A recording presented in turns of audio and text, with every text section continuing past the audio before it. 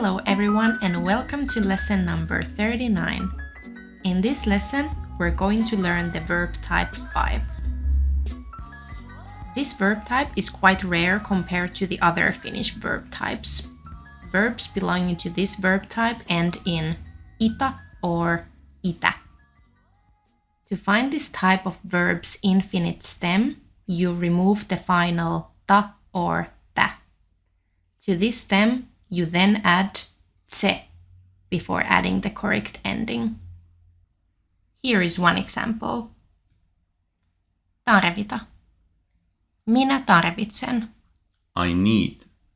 Sinä tarvitset. You need. Hän tarvitsee. He needs. She needs. Me tarvitsemme. We need.